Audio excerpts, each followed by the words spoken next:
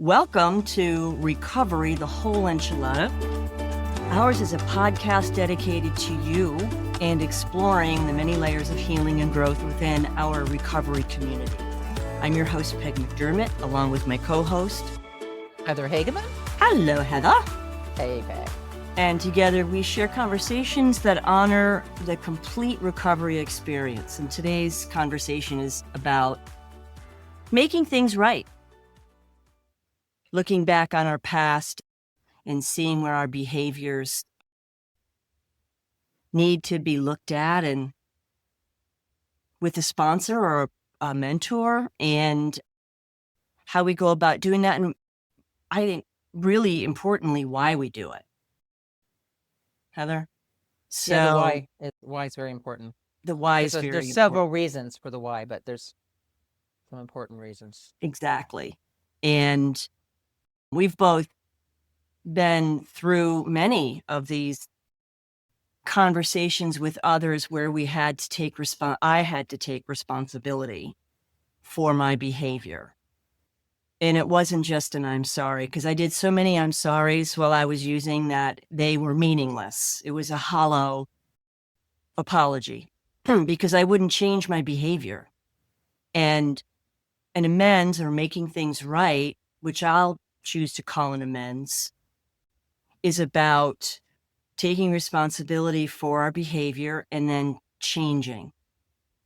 And that's what's key, because then we start to rebuild trust with others, right? You know, I think the first step for me was to really become humbled. I became humbled by who I was before I got sober, and I had to take a really good look at the damage that I had done to others. And so in doing that, it helped me to free myself from pride and arrogance, which is basically how I live.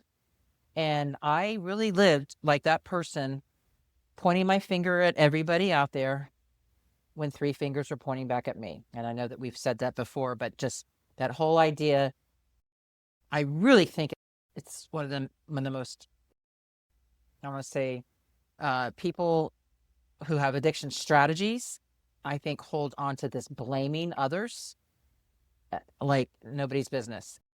And you have to almost pry it out of your hands and it will leave claw marks, because it's so good to blame everybody, isn't it? It is. I hear people now in this world blaming others, and I think to myself, gosh, it must feel so good. But I can't do that. I didn't sign up for that anymore. I'm on a different path, and that I really need to accept responsibility and acknowledge what I have done. And then I have to make it right. And that is very humbling in its own self, is to make it right. And just like you said, you started this out with, my sorries had no credibility anymore. I'm sorry. No. I have to be and we've said this, but this idea of a living amends, that I live in a way that I don't have to say sorry anymore. I love that for me. I don't love having to say sorry, but I absolutely say sorry before the sun goes down. I really try not to go to sleep in a situation. I'm talking a daily situation, not a huge life event, but something that I've done during the day that I really could have done better. And I really do need to apologize to that person. And it doesn't have to be for what it was, but more for the way I delivered the message oftentimes today. Like I was loud, and, and maybe I said some swear words, but I was right. No. But I'd have to say I could have delivered the message better. I could have done it better. And I apologize for raising my voice. There's no need ever anymore on this path to raise our voices at anybody. Truly have had worked hard to let that go. Yes, I have as well. And I like what you said about, really owning whatever it is that you feel you did before the end of the day, before you go to sleep. To keep things right because we're talking about making things right. And it's not only about our past, but it is about our present behavior. And thankfully, it's changed, because the same person will drink again. And so this is a real turning point in our evolution and our process where we really we rebuild relationships where it's appropriate, and we learn how to have relationships with other people. And I was unaware of my behavior because for me it felt normal to be dishonest.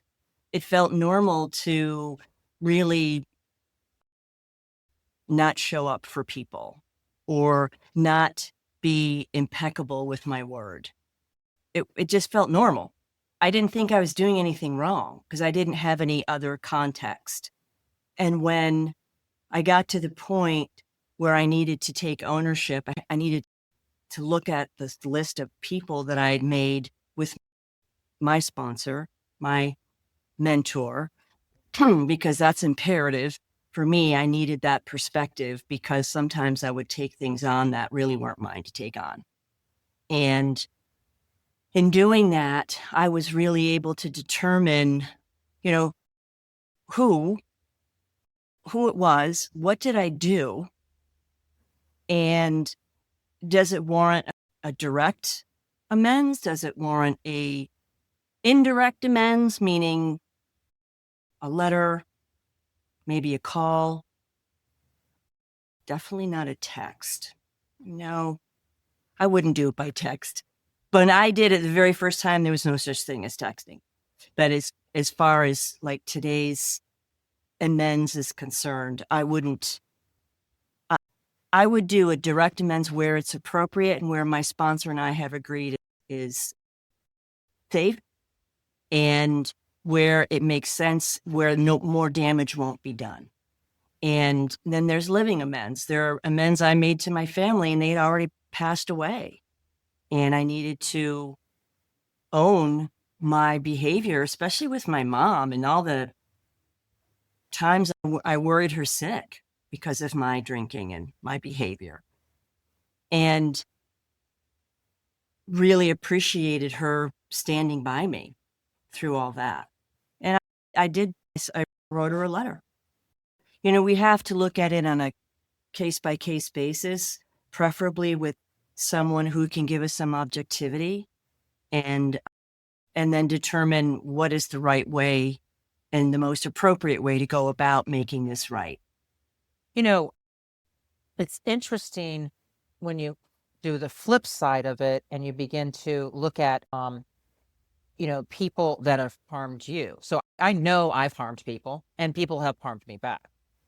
And I think it's interesting to say that what happens when people harm me is that I would hold resentment, and that just serves to rob me of my peace and serenity. So there is that process too. So, I mean, I remember when I first was kind of writing my list of people, of how many people I harmed, I found in my little blaming mind, a lot more people harmed me than I harmed them. Mm. But that's just because I couldn't go deeper and look more at my part at the situation. But what I needed to look at, just starting with the simplicity of looking at that, in holding them hostage in my mind for harming me, I was living and seething and going through my life just filled with resentments. Mm-hmm. And we know that resentments, what's the statement, are the root cause of Yes. of addiction in a lot of ways. Just it's the motivator. Right. Chief motivator Is having these resentments. Right. So, but I do love what you said, because I think that this work can be done whether people are still here or have passed. Then I think doing the work on people that have passed can be really important. And I've heard many different ways of people doing that. I've heard people, like you said, writing a letter. I've heard people going to the gravesite and reading to the person there. I mean, I've heard many different things, but I think it's really key to kind of just step back. It doesn't matter how it looks and what you're doing. The most important thing is that you're setting yourself free. Hmm. Okay. It's not about, and oftentimes people tell you, and this is why you need to do this work with another person, who guides you with this. You don't want to do this alone, but they'll say to you, sometimes it's not received very well. People don't say, "Oh, that's so nice," No, people can be really awful and say, "I don't care. I don't care about your stupid, whatever you're saying to me. I don't believe you, and I'm not going to listen to you." Hmm. And I've heard things like that. So, regardless of that, in your intention and your heart's intention, you are doing the next right thing to create the space in you that isn't filled with resentments, but is filled with peace, that you've done the best that you can. And yes, it feels awful when we hurt people and we have regrets, but we can say to that person, living or not living, I could have done better. I wish I had done better. And I acknowledge that. And, and from this point forward, I am going to do better. I have been on the recipient of amends, and I have, of course, given my amends, but I've had that said to me by a family relative, just basically after the, there was outline of the things that person did. They said at the end that I am going to do better. I will do better from this point forward. Beautiful. I'm not hearing you. You're making a commitment to change for the better, and that you're willing to do better. And you're right, it does set us free. Yeah. And, going into the amend, if it's a face-to-face, it may not go as we hope. That's why, for me, it was best not to have a lot of expectations around a certain, hoping for a certain reply, or this wasn't about this wasn't about my ego or my feelings, frankly. Although we're not a doormat for anybody, but it's looking at, this is how I behaved, and that I know my behavior hurt you. And I acknowledge that. And is there anything that I can do to make it right? And as you said, I apologize, and I am going to change. I am changing, and I'm going to change moving forward. And some people will be like, I remember when I first said this to some close friends and family members, and they're like, "Oh, you weren't that bad. Come on." And I was like, yeah, I was. And I would name some specific things that I had talked to my sponsor about. So this wasn't something I orchestrated on my own. It was absolutely thought out and prayed about. And I really had to shine a light on my behavior because, again, like I said, I didn't really know until I went through the process that we go through to learn about having a higher power and turning things over and learning more about ourselves and our own. I didn't really know who I was. And, this has really helped me to become much more mindful of who I am. And the way I behaved is not who I am. It was who I was when I was drinking. So I had not great behaviors, bad behaviors, but I am not a bad person. And I really had to unpack those two things and not make it about my worth and as a human. It was about my behavior. And that was what I was apologizing for. I'm not apologizing for being here. I'm apologizing for how I acted toward you or anyone. And the same holds true with whether it's an indirect amends, right? And so with a guide, a sponsor, you determine after you've made your list, what's the most appropriate way to make this amends? And it's a really good exercise to go through, because what I thought might be a good idea to do a direct amends, my guide sponsor would say, I don't think that's probably a good idea. Let's look at this possibly being a living amends. And she discussed with me why, so that I understood it. Because this wasn't about self-flagellation, it was about owning and taking responsibility and owning that with that person and not expecting them to respond in a certain way, not expecting them to be happy about it or embrace it. Some do, some want to poo it and say, oh, no, it wasn't that bad because they're uncomfortable for whatever reason. But I'm there to take ownership. And how am I going to change if I don't do that? So I don't take ownership. Then basically what I'm saying, it was okay to behave the way I did. And how will I change if I'm not able to own it and say, that was on me. And there isn't any disrespect that we have to tolerate either in this process. It's respectful and it's mindful of what we're saying and how we're saying it without having any expectations that this person is going to respond in a way that we want them to. You know, you were saying something very important. It was sort of subliminal, but I think I want to pop it out here. Is that this part of the recovery process really needs time before we do this. We need to have feelings. We need to go through. There is a progression that leads you to this place, and we need to be comfortable with, a connection to something greater than ourselves. We need to have, spent time feeling the feelings. I mean, it's in an order for a reason, and it is, like we mentioned, not to be done alone. And I think that's vital to know, because I have worked with people who were early in the story and they immediately started saying sorry to their family members and, first, and they got a lot of, you're only 1 month sober. Yeah. Like that. You've really gotten, you've really, accomplished a lot, don't talk to me, and families, if they're not unfortunately seeking help themselves, families will hold resentments too towards you. And it can be a very hard, difficult journey. It could take years for them to trust you again. And that's not easy.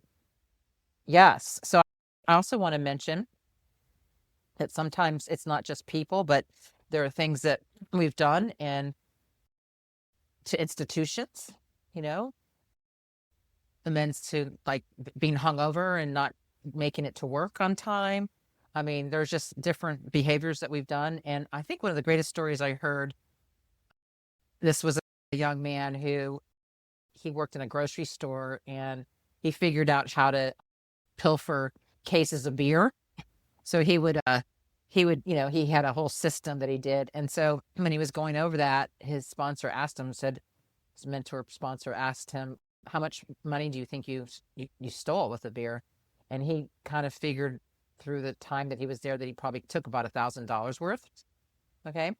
So he was tasked to go back to that store, and this is where you follow the guidance of somebody, because you don't go back to the store and say, hey, I took this amount, and give them the money, because that might not go over. So what he did is he bought every week a couple $100 worth of groceries and then turned around and went and put it back on the shelves. Mm. And that's how he gave the money back to the store. So there's ways to do this that keep you safe. And that's really important too. Mm-hmm. And there are people out there that it's not safe to go back and contact. And this is another thing I saw a lot of the young women I've worked with them throughout the years who want to go back because they have that intrigue for that boyfriend. Mm-hmm.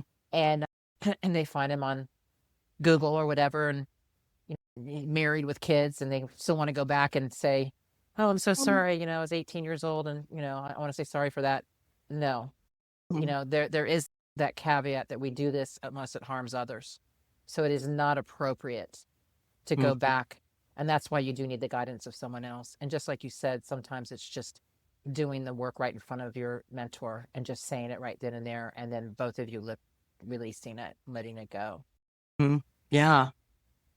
I think, maintaining, like, respecting boundaries is another important part of this process, because there may be some that they don't want to. They don't want to talk to you. And, or they don't ever get back to you. You message them, they just don't get back to you. And to me, that is a reply. No reply is a reply.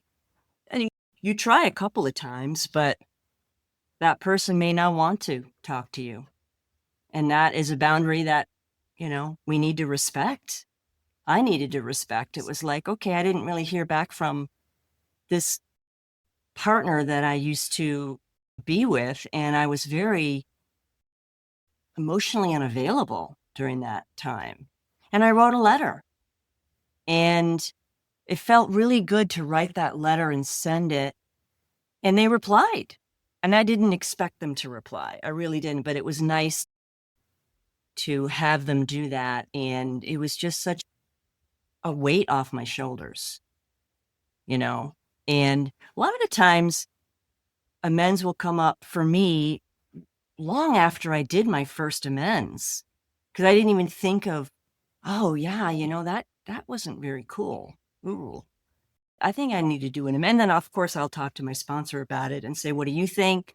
Is this something that you think warrants an amends, and how should I do it if you do think so? And my sponsors said, oh, I think you're good there.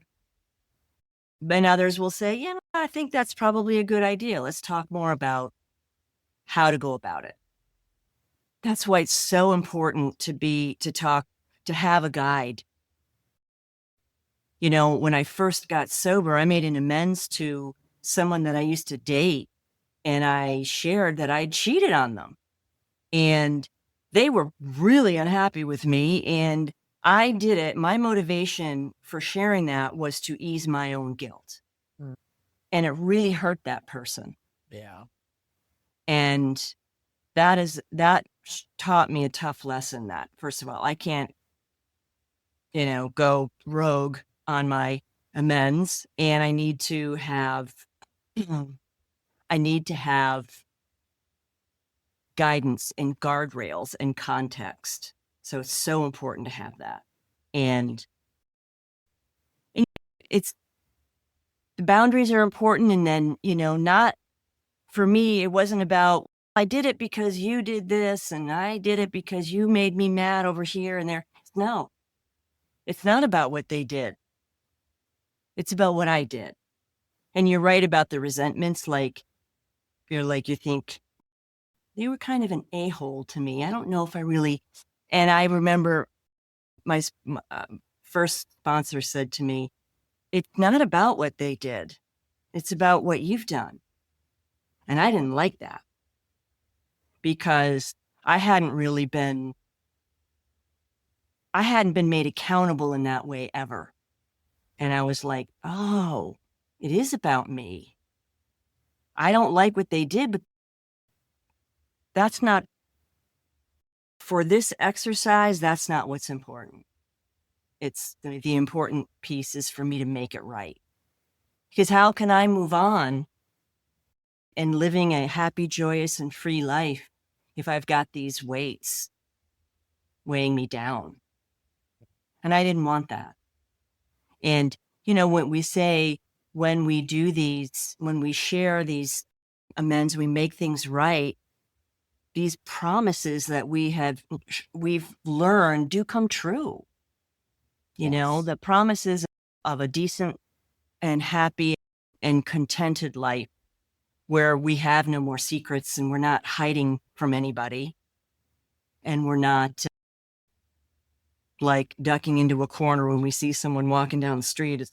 No, I don't have any, I have nothing to feel ashamed about as far as my behavior. I've owned it all. And I made things right, whether it was indirectly, direct, whether it's how I'm living my life now. And that really it is a better, more contented way of living. And I learned, oh, this is how you treat other people. You treat other people because they have feelings. Yeah. Men have feelings, women have feelings, my pets have feelings. I've had to make amends to my pets that have passed Oh, on, that I was not the best caregiver because of my relationship was with alcohol, I and I wrote know. a little letter. My cat Tandy, I loved her so My much. cat Vata was my Yeah, Vata, my poor I little kitty. know. I And know. it's that those beings warrant an amends. And for me, they did. And I'm thankful that I have a good track record with my pets. And at the same time, there were times when I was using and drinking and irresponsible that I wasn't the best pet parent. And I am today. My living amends is with the pets that grace my life now, you know, and I'm so grateful for that ability to see it differently. So I love that because I think what starts to happen when we do this work, first of all, the word that keeps coming up to mind is there is just such a freedom in that I think that's the essence of this because it just gives it for me it just relieved me from this guilt and shame and this obsession with myself, and I was always focused on me and I couldn't see anybody else, and that when I did this work it helped me to really see what was going on my around myself, Mm-hmm. and that I actually began to shift my perspective about my past and started to look at it as a gold mine of experiences that I could share with people and trying to help others through this process and recovery. Mm. So it's that beautiful, it's one of the ninth step promises. And I love that you brought that up because it really is a beautiful, those promises are so beautiful and always so great to look at because we will not regret the past nor wish to shut the door on it. And I remember when I first read that, I thought that would be impossible. Mm. Impossible. And it is so possible when we really do this deep excavation and this deep dive into really looking at our part in our lives, but also doing the next right thing and making apologies to people that we need to. Right. And ultimately, to our own selves. This is it. We're on that list and we're doing this work for our own selves. But I just love this other one too. No matter how far down the scale we've gone, we will see how our experience can benefit others. And that is another direct result from doing this work. And Right. to see, we can understand nothing is wasted. I always used to think my life was a waste. And now I see all my experiences have been great teaching tools for me, but also for people that I'm serving and helping along the way. That's the beauty is that we can give back through our shared experience and just say, hey, I've been there, I've done that, you know, and here's the way out, here's the solution. Exactly. I love that. Yeah. And, I also had to, in going through this process, had to forgive, make an amends to myself. I had to add myself to that list Yeah.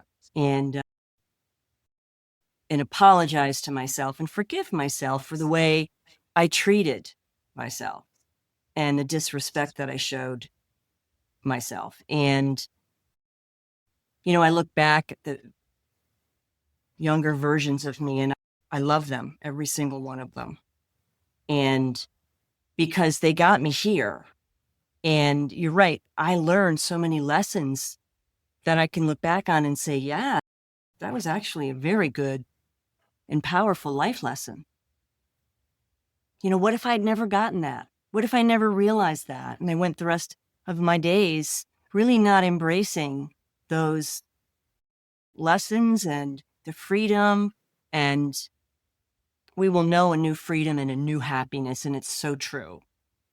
I've Mm. learned that. And I didn't realize it was possible until we did this hard excavating work, like you said. And we have to be willing to do it. I had to be willing to do it, or I was going to, you know, pick up again. And I didn't And like. who I didn't like my behaviors then and how I treated people. And I'm like, I don't want to go back there because you know what, Heather? If I stopped working this life process because of my alcoholism, if I stopped it, I would eventually default back to those behaviors. Mm-hmm. I would. It would just be a matter of time. And I don't want to go there.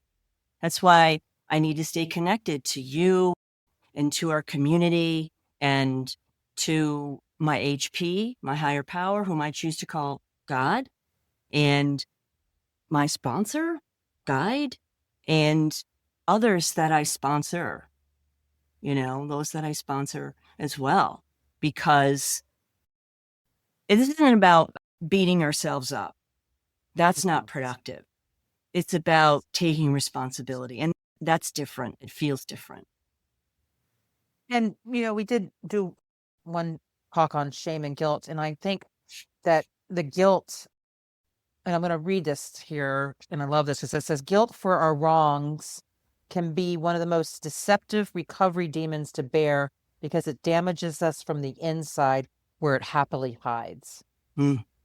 Get rid of the guilt, apologize, make your amends, and let go of them. And breathe free. I love that. Thank you for joining us today on this episode of Recovery the Whole Enchilada. If you connected with today's episode, please share it, like it, and subscribe wherever you listen to podcasts. Your feedback helps us shape future conversations like this one. And we love you. And remember that your recovery story, with all its flavors and textures and complexities, matter deeply. And until next time, stay strong and keep growing. We love you. Okay, love you.